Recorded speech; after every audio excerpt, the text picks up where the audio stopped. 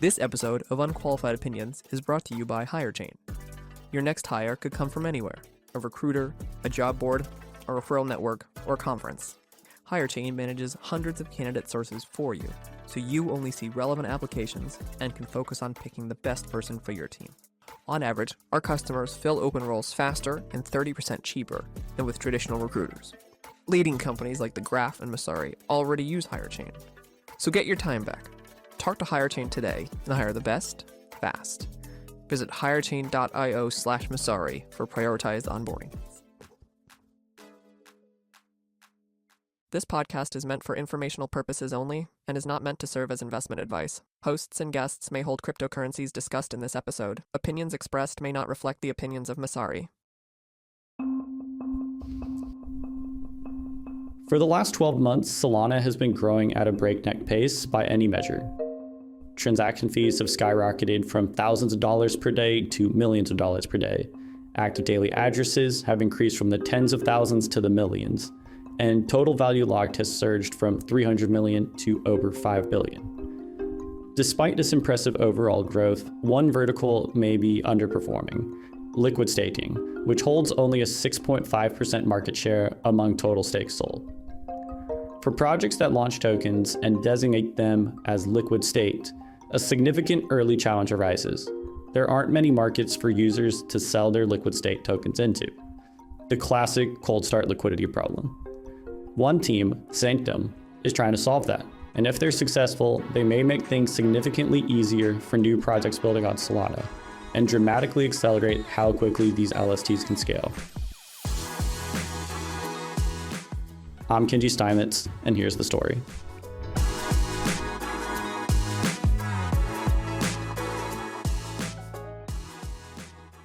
Masari's annual conference Mainnet returns this fall, September 30th through October 2nd. Now in its fourth year, Mainnet is the largest annual crypto event in New York, featuring leaders from crypto, Wall Street, and Washington. Join 3,000 attendees this year to hear from leaders like Kathy Wood, Hester Peirce, and Chris Dixon talk about what's in store for this year, 2025, and beyond. We'll cover the explosion of real-world assets on-chain, the industry's physical infrastructure, the codependent relationship of crypto and AI, the continued growth of smart contract platforms, acceleration of institutional products. We've got it all. Mainnet's your opportunity to meet hundreds of projects shaping the future of crypto and the institutional investors and capital allocators helping to fuel their development.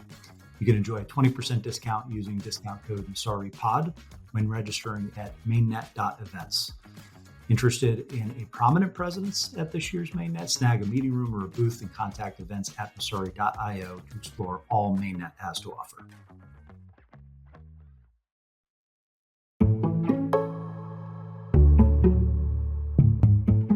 Kinji, thanks for being on the pod today. Thanks for having me. Always happy to be here. You wrote this piece last week, Liquid Staking Growth on Solana. It's a vertical that's relatively small on Solana, but considered major on Ethereum. And liquid staking is obviously something that's expected to continue to grow. Yeah, why this report and why now? I think there's two main reasons why I chose to write the report. First, kind of, as you mentioned, it's a vertical that's growing on Solana, and we kind of expect that to continue to grow, given precedent of liquid staking being relatively large on Ethereum and there being a huge opportunity space within Solana. And then specifically to Sanctum, they're launching some interesting products directly related to solving challenges for LSTs, and they're doing that in a unique way that could fundamentally somewhat alter the way that market looks like. So it felt like an important thing to cover. For those not that familiar with liquid staking, could you give a brief introduction to what that is and to natively staking tokens versus liquid staking tokens?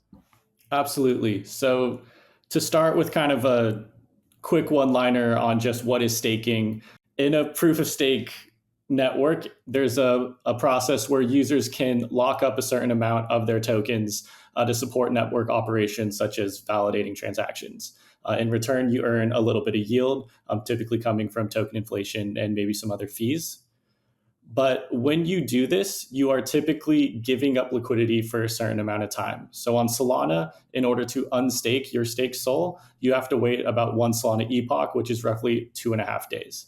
And so liquid staking is a mechanism of essentially wrapping that staked position into a liquid token. So you can instantly unstake your SOL and basically bypass that 2.5 days. So rather than waiting 2.5 days, I can simply take my liquid stake SOL and swap it for SOL on an AMM, which facilitates an instant unstake, you could call it. So what is the problem that Sanctum is trying to solve here? Sure. So if you kind of take that idea of the main use of a LST token being an instant unstaking, then in order to actually realize that benefit, you need to have liquidity for an LST. So if I am someone who's trying to launch an LST, my liquid staking token doesn't provide any value unless a holder of that token can instantly unstake. And so to do that, you require a lot of AMM liquidity, which is why you have protocols paying out token inflations, token rewards to try to get liquidity providers to facilitate that instant unstaking. And that can be super expensive. But what Sanctum's doing is they're trying to essentially get rid of that liquidity barrier to make it significantly easier for anyone to launch an LST and not have to spend on finding liquidity for that token. Why is it expensive to get that liquidity? If I were to simplify why is it expensive to get the liquidity, it's because the yields that you're earning on providing liquidity need to be competitive with what else you can get out in the market. And typically just providing liquidity on an AMM with SOL and the LST won't get you quite a competitive yield. So in order to get a yield that entices people to provide that liquidity, you need to have some token inflations or token incentives to make sure that liquidity is sticky and arrives. So how is Sanctum? What is Sanctum's solution to this? How are they solving this problem? So Sanctum came up with an interesting solution that essentially provides infinite liquidity on LST to LST swaps. And the reason that they are able to do that is based on the way Solana staking works, where you can instantly unwrap and rewrap what's called a stake account. So you could, I don't want to get too deep in the weeds here, but to simplify, basically what Sanctum does is you have one LST, it quickly unwraps that LST and rewraps it into a new LST, which essentially facilitates a swap between those LSTs. But you can do that with infinite slippage because there's no AMM liquidity there. So by unlocking LST to LST liquidity, every single LST now essentially has the aggregate amount of liquidity by all LSTs. So what I mean by that is, let's say I'm holding LSTA with zero liquidity anywhere else but Sanctum.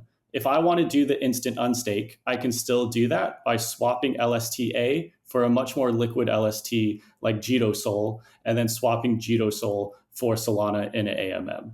So in that way, regardless of the LST to SOL liquidity for any individual LST, all LSTs can access all liquidity. That makes sense. And is Sanctum the only one doing that at the moment, or are there competitors to their solution? So they're the primary player here. They're kind of doing some integrations with other well-known Solana DeFi projects such as Jupiter. They've integrated a router with Jupiter. But in terms of doing the specific infinite LST to LST swap, they're really the only player. You can argue they're really competing in the liquidity space for LSTs. So other AMMs would be considered a competitor, but in terms of Sanctum's solution, they really have no rival at the moment. That all sounds very great. What would be a reason why Sanctum wouldn't succeed? Great question. I think there's three kind of main points or main risks that I would point out as to why Sanctum might not succeed. So the first is the most obvious, is that the LST market just doesn't grow. So right now on Solana, about 6.5% of all staked SOL is in an LST. That's significantly lower than what's found on Ethereum. So our assumption is that that market continues to grow and Sanctum's able to capture a lot of that market. But if that market doesn't grow in the first place, then that essentially limits the growth of Sanctum. The second is our assumption that one of the primary barriers to launching an LST is the cost of liquidity.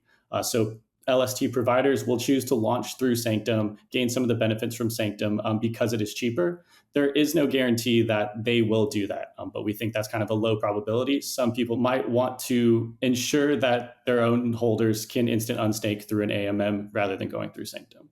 The third risk has to do with Sanctum's Infinity product, which we haven't quite touched on yet.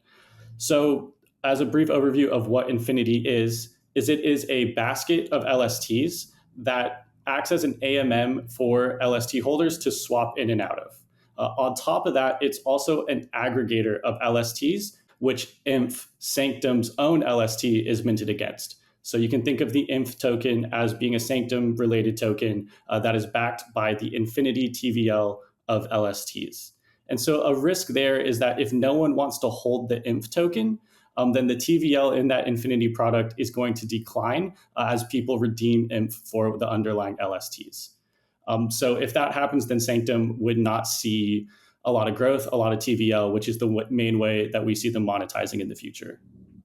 So that kind of like begs the question, why wouldn't anyone hold the INF token, and how is that risk being mitigated? Great question. So I think the main reason people do hold INF is to get a competitive yield on their liquid stake SOL. So obviously, intuitively, the risk there is that the yield on INF is not high enough. Luckily, INF or Infinity has some levers they can pull in order to make sure that yield is competitive. So basically, INF earns yield by both the aggregate staking rewards coming from the LSTs in the Infinity product, as well as a portion of the trading fees that are accrued from people swapping through the Infinity product. So it's kind of two sources of yield. The first source of yield, Infinity has the ability to rebalance that pool of LSTs that sit within that aggregator. So if one LST is underperforming, Sanctum can rebalance it to a better performing LST to ensure INF gets a more competitive yield. So that kind of acts as a baseline. But then I think INF can have a very juicy APY through the trading fees that it's going to accrue. The reason being, if we zoom out and we think again, what are our core assumptions with this product? It's that there's infinite LST to LST swaps. The main reason that you want to launch an LST is to give your stakers instant liquidity into SOL. And then also that liquidity is a major barrier to entry. So if we kind of follow this logic loop, we're expecting a lot of LSTs to come to market that aren't incentivizing liquidity within AMMs. Instead, they're going to rely on the Sanctum liquidity to go through the INF or through some of their other products to access SOL liquidity with other LSTs. So kind of by nature there, you're saying, okay, the main reason I hold this LST is to get instant liquidity. But the only way I can get instant liquidity is if I trade through Sanctum. So we expect there to be a lot of LST to LST volume going through that Infinity pool, which can raise the APYs and make it competitive and kind of preventing that capital flight from the product. So if Sanctum is going to be, successful, right? If they successfully execute on their vision, what impact do you think we could see more broadly as a result of this? In the Solana ecosystem for crypto as a whole? This is the best part. So I think there's three kind of big impacts that could come out of Sanctum. The first is we just get a lot more LSTs launching on Solana, simply because the barriers to do so are a lot easier. So that 6.5% LST market share, we expect to grow. Secondly, I think there's an argument that because more LSTs are coming to market, there's going to be greater competition for people to hold these LSTs. So we might see innovative ways of how these LSTs can juice yields. So holders might see slightly elevated yields compared to the Solana inflation rate. And then the last thing that I would point out is by lowering the barriers of entry for LSTs, you basically vastly open up the design space of what an LST can be. And this is kind of the broad vision of the Sanctum team, is that LSTs aren't only going to be financial primitives, but can also be used in kind of more interesting and social ways. So one example they give is a unruggable NFT, where an LST is backing an NFT, and therefore the NFT can never go to zero. It only goes to the value of the stake SOL behind it. Other ideas are, can you fundraise with LSTs? So rather than selling SOL for a token, can a project instead get all the yield from a certain staking pool used to do their capital expenditure? And so this is something we could see manifesting further down the line as more developers come online and are willing to experiment with what an LST can really be, because it's just simply easier to launch one thanks to Sanctum. Kinji, I enjoyed the conversation. Thanks for joining today. Thanks for having me.